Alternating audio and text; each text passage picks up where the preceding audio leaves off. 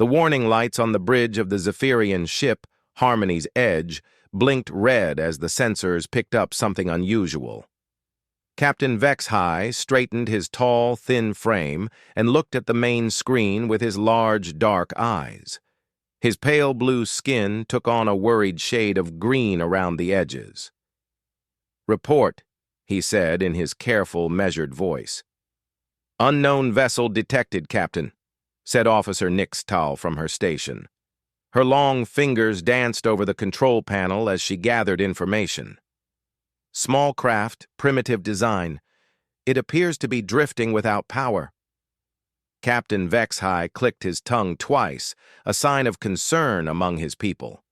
The Zephyrians had been exploring this sector for months, carefully mapping every asteroid and gas cloud according to their detailed protocols. An unknown ship was not part of the plan. "Can you identify the species?" he asked. Nixtal's skin shifted to a pale yellow, which meant she was concentrating hard. "The ship design matches the database files for humans, sir." A collective intake of breath swept across the bridge. Every Zephyrian had heard stories about humans, but none of them had ever seen one in person. The stories varied wildly. Some said humans were violent warmongers who destroyed their own planet for fun. Others claimed they were simple creatures who cared only about food and reproduction. The Galactic Council had not yet decided what to make of this new species. "Are they responding to communication attempts?" the captain asked. "Yes, sir. They seem friendly, almost too friendly." "The lone occupant is requesting assistance with their navigation system." Captain HFY considered this carefully. The Zephyrians were known throughout the galaxy for their cautious approach to everything. They had detailed protocols for every possible situation, written over thousands of years of careful civilization. First contact with an unknown species required the most careful protocol of all. "Bring them aboard," he decided. "Activate full diplomatic processing procedures. I want every item on that ship cataloged and analyzed. We need to understand what we're dealing with." The alien ship was small enough to fit in their cargo bay. As the Harmony's Edge pulled it inside with tractor beams, Captain HFY called his senior staff to the briefing room. The walls were covered with charts and regulations, all written in the precise Zephyrian script. "This is our first direct contact with a human," he told them. "Science Officer Ketra, I want a complete biological scan. Security Chief Zolmark, full security protocols are in effect. We follow procedure exactly. No exceptions." Ketra nodded, her silver hair catching the light. "What do we know about their psychology, Captain?" "Very little that we can trust," HFY admitted. "The reports from other species are contradictory. Some say they are dangerous, others say they are harmless. We will learn the truth through careful observation and proper procedure." Security Chief Zolmark was already checking his equipment. The Zephyrians carried non-lethal weapons that could stun most known species. "Should we consider them a threat?" "Sir?" "We consider everything a potential threat until proven otherwise," the captain replied. "That's why we have protocols." 20 minutes later, they stood in the cargo bay as the human ship's door opened. The first thing that struck them was the smell. It wasn't unpleasant, just different. Like ozone and something they couldn't identify. Then the human emerged. She was smaller than they had expected. The database said humans averaged 1.7 meters in height, but this one was perhaps 1.6 meters. She had long, dark hair tied back and was wearing what appeared to be simple clothing in blue and white. Her skin was a warm brown color, and when she smiled, she showed her teeth. The Zephyrians had read that humans showing teeth was either a threat display or a greeting. The context suggested greeting, but they remained alert. "Hi there," the human said, her voice bright and cheerful. "I'm Sarah Chen. Thanks so much for stopping to help. My nav system went crazy about 6 hours ago, and I've been drifting ever since." Captain Vexhai stepped forward, following the formal first contact protocol. I am Captain Vexhai of the Zephyrian vessel, Harmony's Edge. You have entered our territorial space without permission. According to Galactic Regulation 47B, we are required to process you according to diplomatic protocols. Sarah looked around at the assembled aliens with interest rather than fear. This surprised them. Most species showed at least some nervousness when faced with unknown aliens. Diplomatic protocols? That sounds pretty serious. What does that involve? Standard security procedures, Security Chief Zolmark said stiffly. All possessions must be cataloged and analyzed for potential threats. All technology must be examined. Full biological and psychological evaluation must be conducted. Okay, Sarah said with a shrug. That seems fair. You guys don't know me from anyone, right? Better safe than sorry. She reached into her ship and pulled out a medium-sized bag made of some kind of dark material. Here's my stuff. It's not much, just what I need for traveling. The casual way she handed over her possessions puzzled the Zephyrians. In their experience, most species were protective of their personal items. They had detailed procedures for dealing with resistant subjects, but Sarah seemed almost amused by the whole situation. You guys take this stuff pretty seriously, huh? She said, looking around at their formal uniforms and carefully organized cargo bay. I guess when you're dealing with unknown aliens, you can't be too careful. Ketra exchanged glances with Zolmark. The human's attitude was unlike anything in their training manuals. She showed no fear, no aggression, no attempt to hide anything. Either humans were remarkably trusting, or they were very good at deception. The processing will take approximately 4 hours, Captain Vexhai informed her. You will be provided with suitable quarters and nutrition during this time. 4 hours to go through one bag? Sarah laughed, but it seemed friendly rather than mocking. You guys really are thorough. Well, I guess I could use a break anyway. I've been flying for 18 hours straight. As they escorted Sarah to guest quarters, the Zephyrian officers felt a growing sense of confusion. Every protocol they had for dealing with unknown species seemed inadequate for this cheerful, cooperative human. She didn't fit any of their threat assessment categories. Perhaps they thought the reports about humans being simple and harmless were correct after all.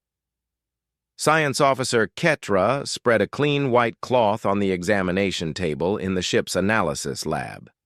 Security Chief Zolmark stood nearby with his scanning equipment ready. They had followed this same procedure hundreds of times with various species, but this was their first human. Remember, Ketra said as she opened Sarah's bag, we document everything. No item is too small or insignificant. The smallest details often reveal the most about a species' true nature. Zolmark nodded and activated his recorder. Beginning analysis of human possessions. Subject identified as Sarah Chen, approximately 19 standard years old, according to preliminary biological scans. The first item Ketra pulled out was a flat, rectangular device with a dark screen. It was about the size of her palm and surprisingly light. Unknown electronic device, she said, turning it over carefully. Primitive construction, single screen, no obvious external sensors. Careful, Zolmark warned. It could be a weapon. Ketra ran her scanner over the device. No energy weapons detected, no explosive materials. It appears to be an entertainment device. The internal structure suggests audio and visual playback capabilities. They set it aside and continued. Next came several small wrapped packages that their scanners identified as food. Ketra examined them closely. Nutrition bars, simple protein and carbohydrate combination, no artificial enhancement chemicals detected. Primitive nutrition technology, Zolmark noted in his report, suggests humans have not mastered efficient food synthesis.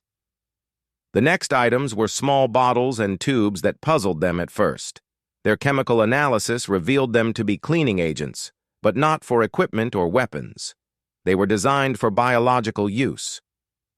Personal hygiene products, Ketra realized. The humans must require frequent cleaning. Perhaps their biology is inefficient and produces excessive waste products.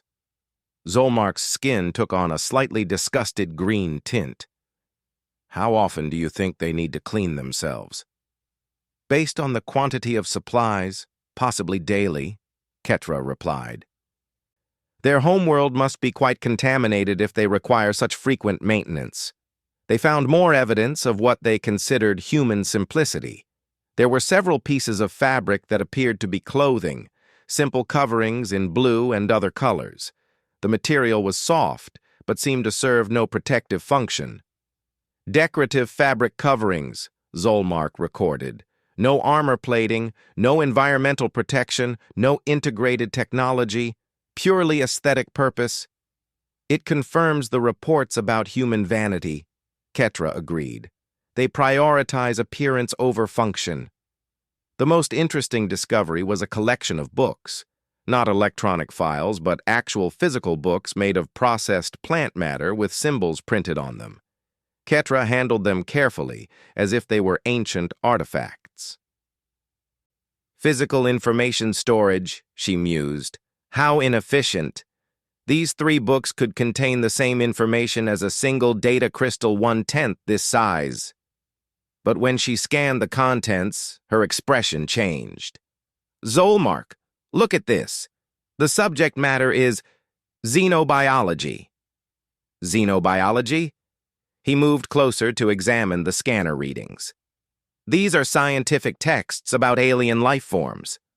Perhaps the humans are trying to study other species, Ketra suggested, though using such primitive storage methods suggests their scientific capabilities are limited. They spent another hour cataloging smaller items. Personal communication devices, primitive but functional.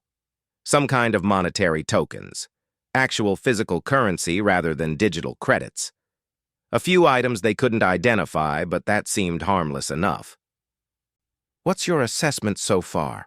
Zolmark asked as they neared the bottom of the bag. Ketra consulted her notes. The human appears to be exactly what she seems. A young member of a relatively primitive species with simple needs and limited technology. The entertainment device, basic nutrition, hygiene supplies, decorative clothing, it all points to a culture focused on comfort and basic survival. The xenobiology books are curious, Zolmark admitted, but probably just academic curiosity. Many young beings study other species before choosing a career path. Agreed, and her cooperative attitude suggests humans are naturally peaceful. She showed no resistance to our security procedures, no attempt to conceal anything. Either humans are remarkably trusting, or they simply don't have anything dangerous to hide. They were interrupted by Captain Vex-High entering the lab. What's your preliminary assessment? He asked. The subject appears to represent no significant threat, Captain, Ketra reported. Her possessions are consistent with a peaceful, somewhat primitive species focused on basic comfort rather than advanced technology or warfare. The entertainment priorities are notable, Zolmark added.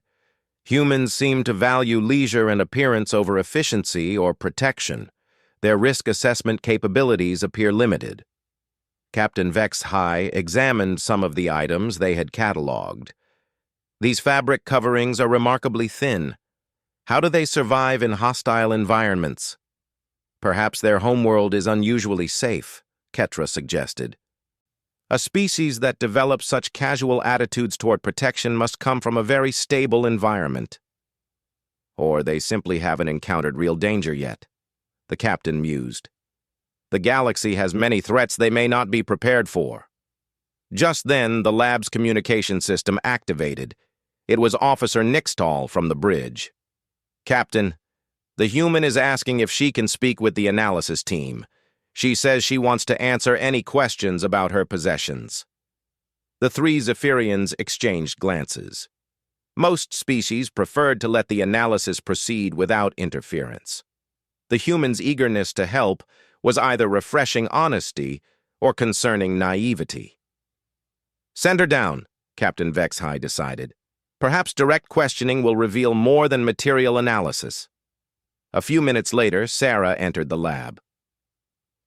She looked around at the carefully organized equipment and neatly arranged items from her bag. "Wow, you guys are really organized," she said with apparent admiration. "This is way more thorough than airport security back home." "Airport security?" Ketra asked. "Yeah, checking luggage for dangerous stuff before you get on aircraft. Though they're usually looking for weapons and explosives, not cataloging everything down to your toothbrush." Zolmark made a note. Humans had security procedures for their primitive aircraft. That showed some caution, at least. "We have some questions about your possessions," Captain Vexhai said formally. "Sure, ask away," Sarah replied, settling into a chair. "Though there's not much to explain, just basic travel stuff." "These fabric items," Ketra indicated the clothing. "They provide no protection against environmental hazards. How do humans survive in dangerous conditions?" Sarah looked at the clothes and grinned. "Oh, those are just my regular clothes. Jeans and t-shirts, casual wear. That's just what I wear for weekend activities back home." "Weekend activities?"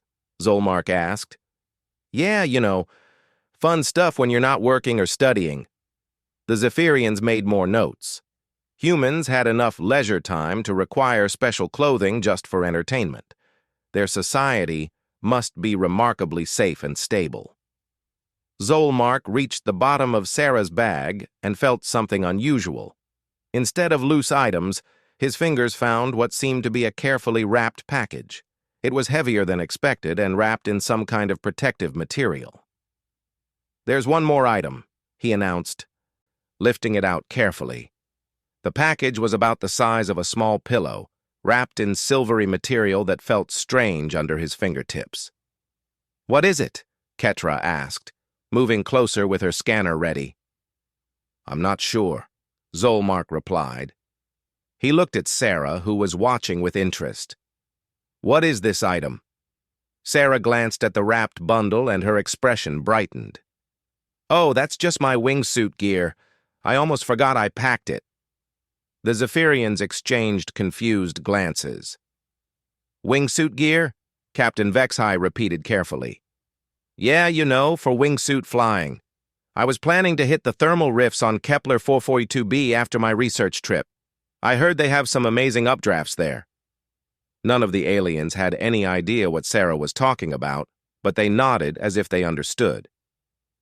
Ketra began unwrapping the package with scientific curiosity. The first item to emerge was what looked like a suit made of dark material. It was form-fitting and made of fabric unlike anything they had seen before. When Ketra held it up, it seemed to shimmer slightly under the lab lights. "Interesting construction," she murmured, running her scanner over it.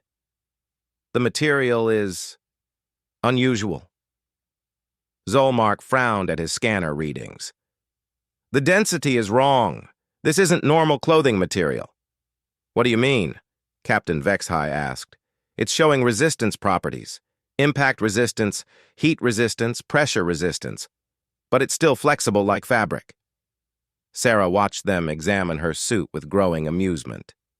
"It's just ripstop nylon with some reinforcement panels." "Nothing too fancy." Ketra pulled out the next item, a pair of boots, unlike anything in their database. They were lightweight, but clearly built for serious use. The soles had an unusual tread pattern that looked designed for gripping difficult surfaces. "These are not decorative footwear," Zolmark observed, scanning them carefully. "They show evidence of extreme temperature exposure." "Extreme temperature?" Captain Vexhai moved closer. "How extreme?" Zolmark checked his readings twice. "The material has been exposed to both very high and very low temperatures. Repeatedly. There are micro-stress patterns that suggest rapid temperature changes." "That's probably from the altitude changes," Sarah commented helpfully.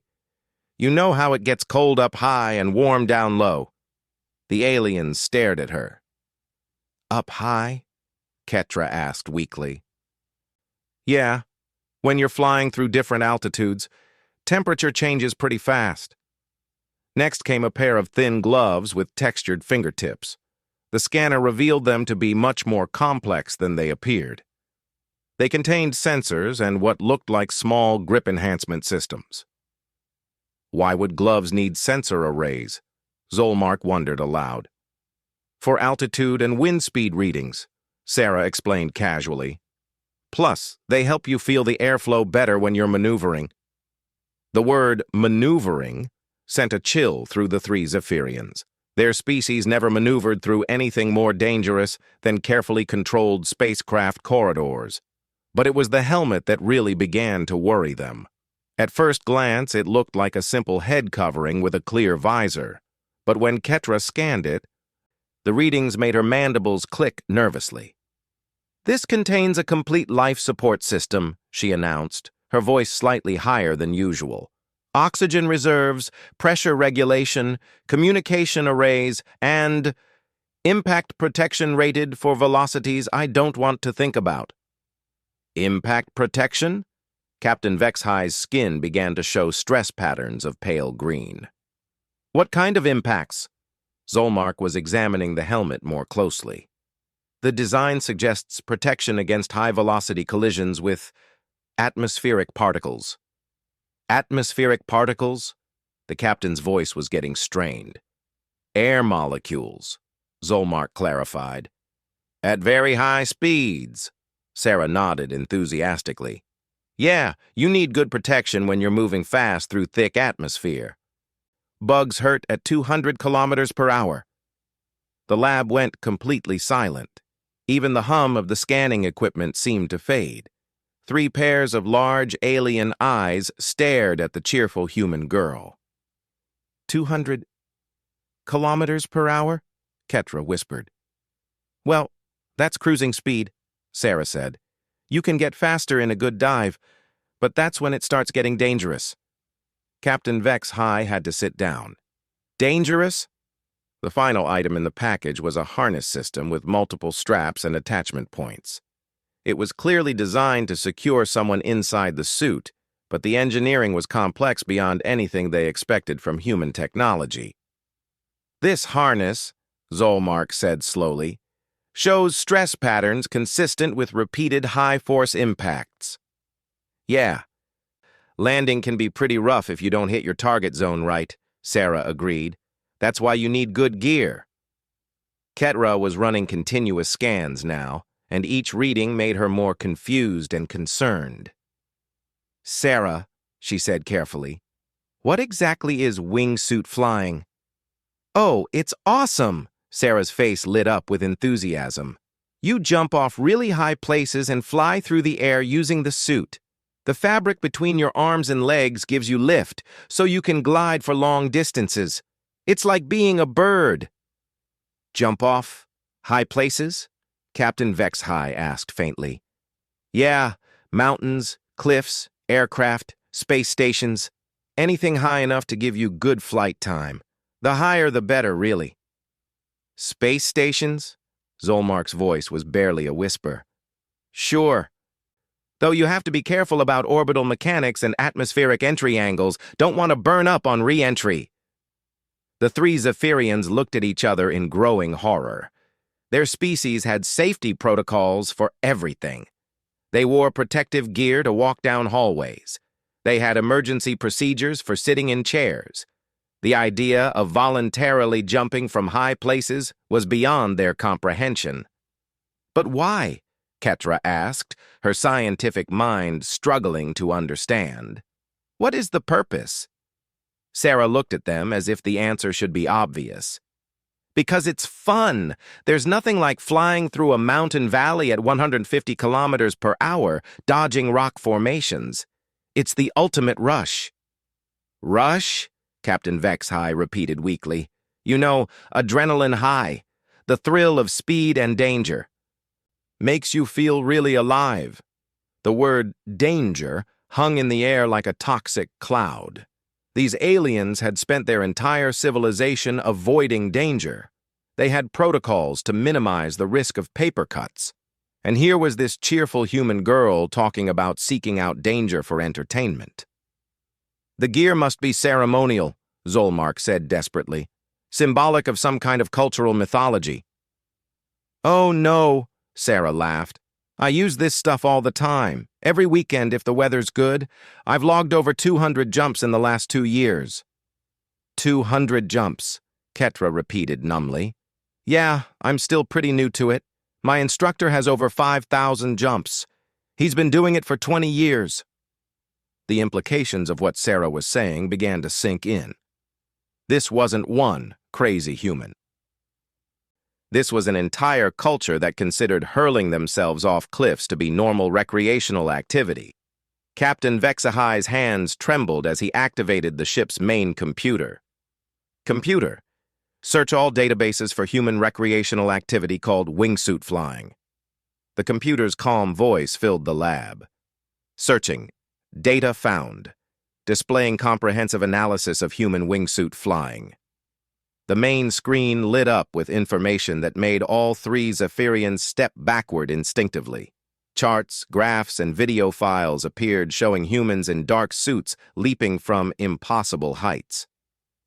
Beginning data summary, the computer continued. Wingsuit flying is a human recreational activity involving controlled aerial descent from extreme altitudes using fabric wing extensions for lift and maneuverability. Ketra's skin had turned a pale yellow-white, the color of deep shock in her species. Recreational, she whispered. They do this for fun. The computer displayed technical specifications. Typical jump altitudes range from 1,000 to 4,000 meters above ground level. Average flight speeds, 140 to 200 kilometers per hour. Advanced practitioners achieve speeds exceeding 250 kilometers per hour. Zolmark sat heavily in the nearest chair. 250 kilometers per hour, through open air, with no protection except fabric. Displaying safety statistics, the computer announced, and Captain Vexhai immediately regretted asking for comprehensive data. Estimated fatality rate, approximately 0.18% to 0.43% per jump, depending on experience level and environmental conditions. Primary causes of death include terrain impact, equipment failure, and human error in navigation or landing procedures. They die doing this, Captain Vexhai said faintly. Regularly. Sarah, who had been listening to the computer readout, nodded matter-of-factly. Yeah, it can be dangerous if you don't respect the risks. That's why training is so important. And good gear. She patted her wingsuit affectionately. The computer continued its relentless delivery of information that shattered everything the Zephyrians thought they knew about intelligent behavior. Wingsuit flying is practiced by an estimated 50,000 humans worldwide, with approximately 2,000 new participants beginning training each year. The activity is legal in most human jurisdictions and is considered an accepted form of extreme sports recreation. 50,000, Ketra repeated in horror. 50,000 humans regularly throw themselves off cliffs for entertainment. Well, it's not just cliffs, Sarah corrected helpfully.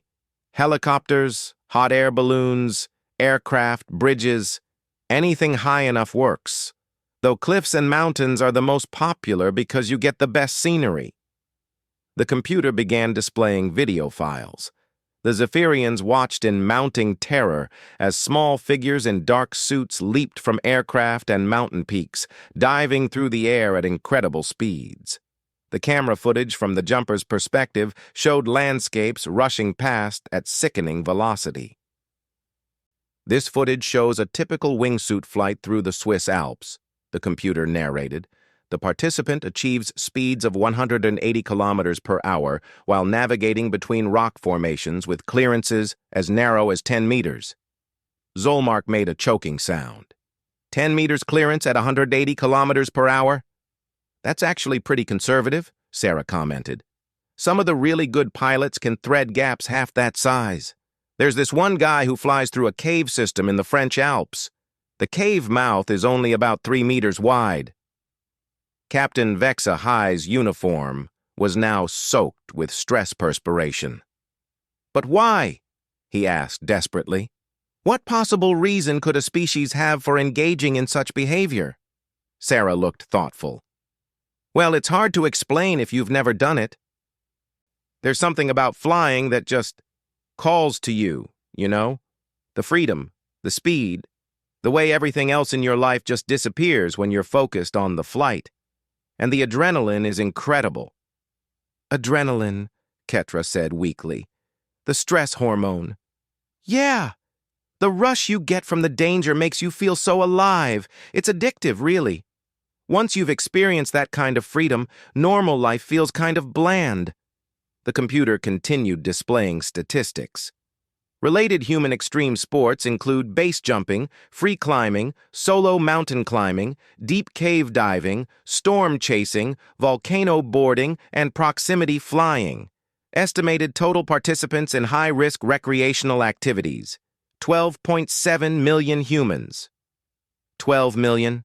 Captain Vexhai whispered. Over 12 million humans voluntarily engage in potentially fatal activities for entertainment. Computer, what is the acceptable risk threshold for recreational activities in Zephyrian culture? Ketra asked, though she already knew the answer. Zephyrian recreational activities maintain a maximum risk factor of 0.01% chance of injury and 0.01% chance of fatality. Any activity exceeding these thresholds is classified as unacceptably dangerous and prohibited. Sarah whistled. Wow, you guys really play it safe. How do you have any fun? The question hung in the air like a challenge to their entire civilization. The Zephyrians had built their society on safety, predictability, and careful risk management.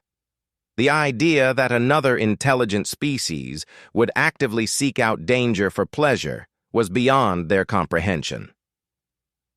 Computer, Captain Vexhai said slowly, display comparative psychological analysis between Zephyrian and human risk tolerance.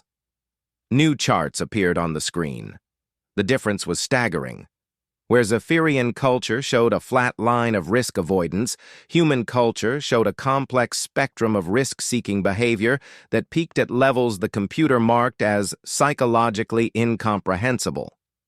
Human risk tolerance appears to be approximately 1,000 to 10,000 times higher than average for known intelligent species, the computer reported. This level of danger-seeking behavior has no precedent in the galactic database. But we're not crazy, Sarah protested mildly. We're just... I guess we're built different. Humans have always pushed boundaries. How else would we have learned to fly or gone to space or explored the ocean depths? You have to take some risks if you want to achieve anything interesting. Zolmark was staring at the wingsuit gear with new eyes. This isn't primitive equipment, he realized. This is advanced safety technology designed to keep humans alive during insanely dangerous activities. Exactly, Sarah beamed. See? Humans aren't stupid about risk. We just define acceptable risk differently than you do. We develop better safety gear so we can do more extreme things safely. Ketra looked at the impact-resistant suit, the high-tech helmet, the sophisticated harness system. They've weaponized their safety technology to enable greater dangers, she said in amazement. Computer, what is the technological advancement rate for human extreme sports equipment compared to other human technologies? Human extreme sports technology advancement exceeds their general technological progression by a factor of 3.2 to 1, the computer replied. Innovations in extreme sports often transfer to other applications, including military and aerospace technologies. Captain Vexhai slumped in his chair. They use recreational danger as a driver for technological advancement. Well, yeah, Sarah agreed. Some of our best innovations come from people trying to do impossible things and figuring out how to survive them. That's how we developed a lot of our aerospace technology, actually. Turns out jumping off cliffs teaches you a lot about aerodynamics. The full implications of what they were learning began to dawn on the three aliens. This wasn't just one unusual human. This wasn't even a small subculture of risk-takers. This was evidence of a fundamental difference in how humans approached existence itself. Sarah, Captain Vexahai asked carefully, among humans, is this considered normal behavior? Sarah shrugged. Pretty normal, yeah. I mean, not everyone does extreme sports, but most people do something that would probably seem risky to you. Driving fast cars, playing contact sports, skiing, surfing, rock climbing. It's just part of being human. The Zephyrians realized they weren't dealing with an individual anomaly. They were facing an entire species that treated death-defying activities as casual weekend entertainment. Captain Vexhai stood in the emergency briefing room with his senior staff, staring at a wall display that showed the complete reassessment of human capabilities. The numbers glowed red, the color his people used to mark extreme danger. Let me understand this correctly, he said slowly. We have been operating under the assumption that humans are a primitive, harmless species, but our analysis now shows that their teenagers engage in recreational activities that would kill most trained military personnel from other species. Science Officer Ketra nodded grimly. The implications are staggering, Captain. If this is what they do for fun, what are their warriors capable of? Computer, Captain Vexhai commanded. Extrapolate potential human military capabilities based on recreational risk tolerance data. The computer processed for several long seconds, unusual for their advanced systems. Warning: extrapolation results exceed safe psychological parameters for Zephyrian crew. Display anyway? Display, the captain said firmly, though his skin had already begun showing stress patterns. Charts filled the screen showing estimated human combat capabilities. The projections were terrifying. If humans routinely trained their civilians to operate at speeds and in conditions that would cripple other species' elite forces, what would actual human soldiers be like? Their combat pilots probably treat aerial combat like an entertainment activity, Zolmark realized with horror. High-speed maneuvering through dangerous terrain while under fire would just be fun for them. Computer, search for human military records. Access restricted. However, available data suggests human military history involves extensive voluntary service in high-casualty conflicts. Human soldiers appear to maintain morale and effectiveness even under conditions that would cause complete psychological breakdown in most species. Communications Officer Nixtal entered the briefing room, her skin pale with urgency. Captain, we're receiving priority communications from the Galactic Council. 7 other species have reported contact with humans in the past month.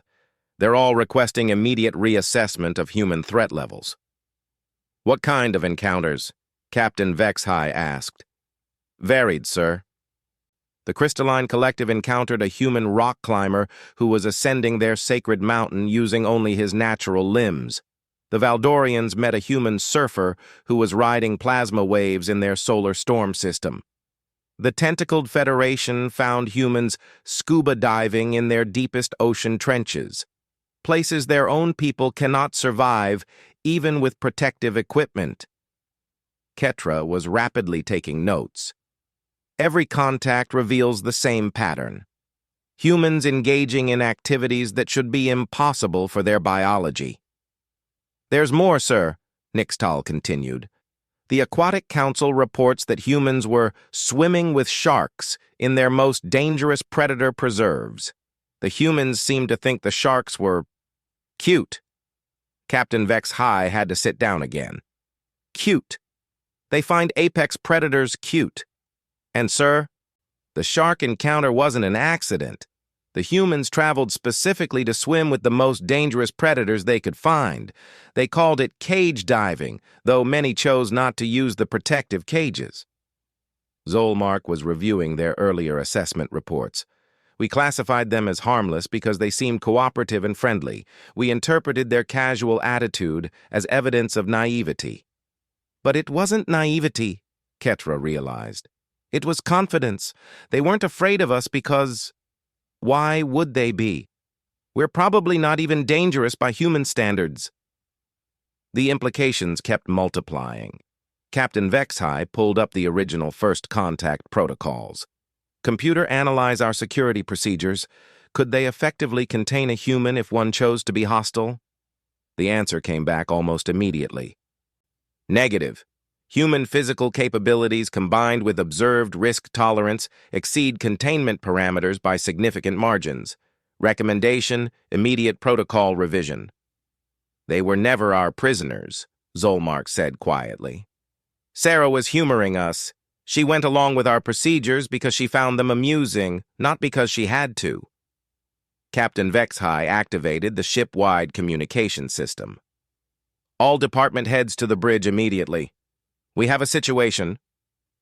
20 minutes later, the senior staff had assembled. Captain Vexhai looked around at faces showing various shades of stress coloration. We have fundamentally misunderstood humanity, he began. Our first contact protocols assumed they were a typical emerging species that would follow our lead. We now know this assumption was dangerously wrong. He activated the display showing Sarah's wingsuit gear alongside human risk statistics. Humans have evolved in an environment so dangerous that they developed psychological mechanisms that treat extreme danger as entertainment. Their entire species is effectively composed of what we would classify as elite risk specialists. What does this mean for our current diplomatic situation? Asked Medical Officer Veltar. It means we're not qualified to handle this, Captain Vexahai replied bluntly. We need to contact the High Council immediately and request a full diplomatic team, preferably one with experience in extreme psychology.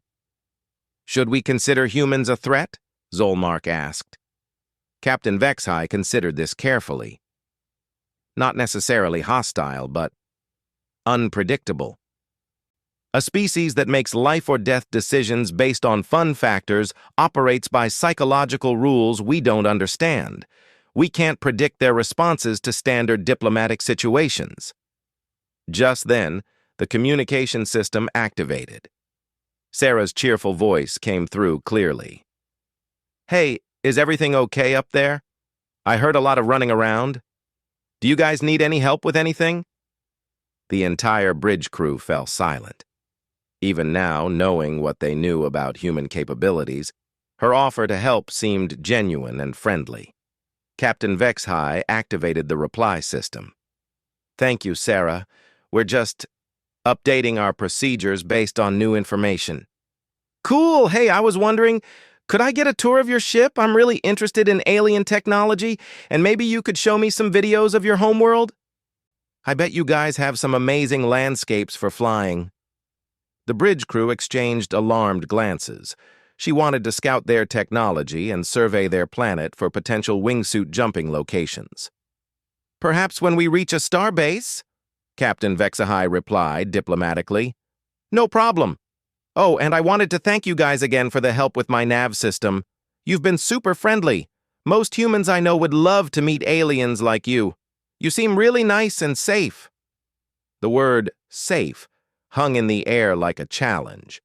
To humans, apparently, safe was a compliment. To Zephyrians, it was their greatest aspiration. After ending the communication, Captain Vexhai turned to his crew. New standing orders. We treat Sarah Chen as we would treat a friendly but unpredictable force of nature. We complete repairs to her vessel as quickly as possible and escort her safely out of our space. And then? Ketra asked. Then we recommend to the Council that humanity be moved to priority contact status. Any species that produces wingsuit flying as recreational activity needs to be approached with considerably more respect. 6 hours later, they watched Sarah's ship depart from their docking bay. She had thanked them profusely, shared pictures of her wingsuit adventures that had sent 2 junior officers to medical for stress treatment, and promised to put in a good word for them with the human government. Captain, Nixtal reported, long-range sensors show her ship heading directly for the Kepler 442b system. The one with the thermal rifts, Zolmark remembered. Should we warn the local authorities? Ketra asked. Captain Vexhai watched Sarah's ship disappear into hyperspace. Warn them of what? That a friendly human teenager is coming to fly through their most dangerous atmospheric phenomena for entertainment? I'm not sure that would help. He turned to his crew. Begin preparation of our report to the High Council. Priority classification, species reassessment, critical. And somebody start working on new first contact protocols, ones that account for beings who consider mortal danger to be a recreational opportunity. As the Harmony's Edge set course for home, Captain Vexhai couldn't shake the feeling that the galaxy had just become a much more interesting and unpredictable place. Sarah Chen, meanwhile, was already planning her next jump, completely unaware that she had single-handedly revolutionized galactic diplomatic protocols and caused an entire species to reevaluate their understanding of intelligent life.